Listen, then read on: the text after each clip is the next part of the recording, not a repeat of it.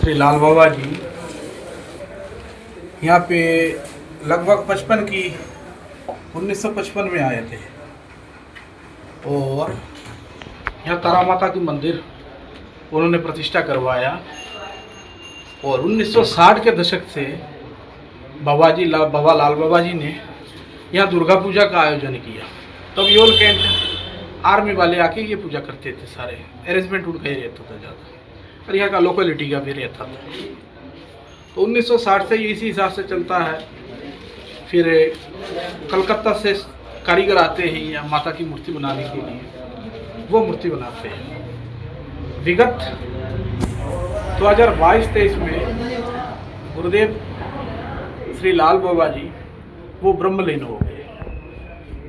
तो इसके बाद जो पद्धति से बाबा जी पूजा करवाते थे वही पद्धति में उसी पद्धति से माता दुर्गा की जो ये नवरात्रों में होता है वो पूजा हम लोग यहाँ षष्ठी को 6वें नवरात्र से रात से हमारे यहाँ पूजा स्टार्ट होता है। रात को बिल पूजा और षष्ठी की तिथि के अनुसार तारा माता के गढ़ में अगर माता का षष्ठी की पूजन होता है। फिर अगले दिन होता है सप्तमी, जैसे 29 तारीख काल है। 29 तारीख को माता का पहले स्नान होगा, फिर पूजा आरंभ होगा, फिर भोग होगा, फिर आपका सप्तशती पाठ होता है। इसमें सप्तशती पाठ होने के बाद फिर शाम को माता का फिर भोग होगा। भोग के बाद माता का रात का आरती होता है तथा यहाँ की जो हमारे इस गांव के पिस्ता गुड़करी की जो भी माताएं हैं, बहनें हैं, वो यहाँ पे कीर्तन करते हैं। फिर सप्तमी का कल्प खत्म हो जाता है। रात को 4:15 से सुबह 4:15 से मंगल आरती होता है। मंगल आरती दोनों तरफ होता है, तारा माता के यहाँ होता है, दुर्गा माता के यहाँ होता है। फिर अगले दिन आ गया आपका अष्टमी। अष्टमी में भी पूजा वैसा ही रहता है, माता का स्नान, फिर वस्त्र दान, फिर आपका भोग होता है और एक संधि पूजन अलग से एक चीज होता है अष्टमी। जो संधि पूजन आपका एक पर्टिकुलरली टाइम होता है, उसके अंदर संधि पूजन होता है और जो सात्विक बलि है वो दिया जाता है। जैसे पेटा हो गया, गन्ना हो गया, नींबू, ऐसे ही सात्विक बलि। फिर शाम को वही भोग, आरती, ये सब अनुष्ठान रहता है।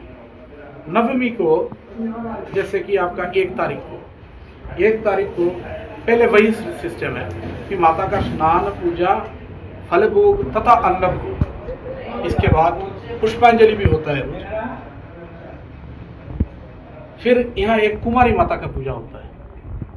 जो 12 साल से नीचे होना है तो उस माता का कुमारी पूजन होता है यहाँ पे। कुमारी पूजन के बाद हम लोग हवन करते हैं, रुद्र सप्तशती का और सप्तशती का हवन करते हैं। फिर शाम को वही कीर्तन होता है, रात को आरती होता है, ये सब अनुष्ठान होता है।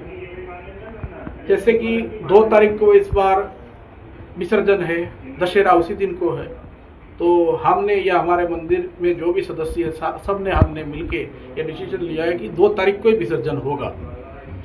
तो विसर्जन में पहले माता का पूजा होता है सुबह को, फिर एक पुष्पांजलि भी होता है, फिर भोग होता है। भोग के बाद एक आयना विसर्जन का प्रक्रिया होता है। माता का यहाँ पे बड़ा सा परात में पानी रख के आयना विसर्जन होता है।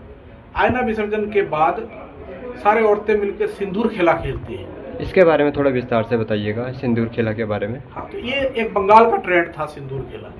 तो जैसे माता को जो औरतें होते हैं माता को विदाई देते हैं आके, जैसे थोड़ा सा मिठाई खिलाएंगे, पान खिलाएंगे, फिर माता को थोड़ा सा सिंदूर लगाएंगे और सौभाग्यवती रहने के लिए, सदा सुहागन रहने के लिए माता के जो वो सिंदूर लगाते हैं वो सिंदूर अपने उसमें लगाते हैं, सदा सुहागन रहने। तो सारे औरतें मिलके ये सिंदूर खेला खेलते हैं। सारे लगभग सारे खेलते हैं। सिंदूर खेला के बाद ये मूर्ति विसर्जन का प्रक्रिया होता है। मूर्ति को बाहर ले जाया जाता है तथा हम लोग ले जाके बनेरखंड में माता के विसर्जन करते हैं। विसर्जन करके आने के बाद एक शांति पाठ होता है। बस इतना ही होता है।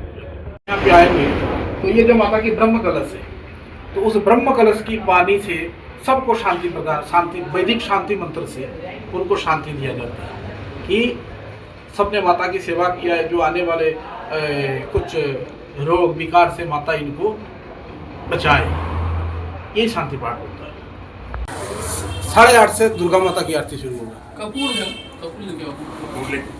ठीक है। तारा माता की आरती 7:30 से 8 बजे तक होगा और 8:30 से 9 बजे तक दुर्गा माता की आरती है।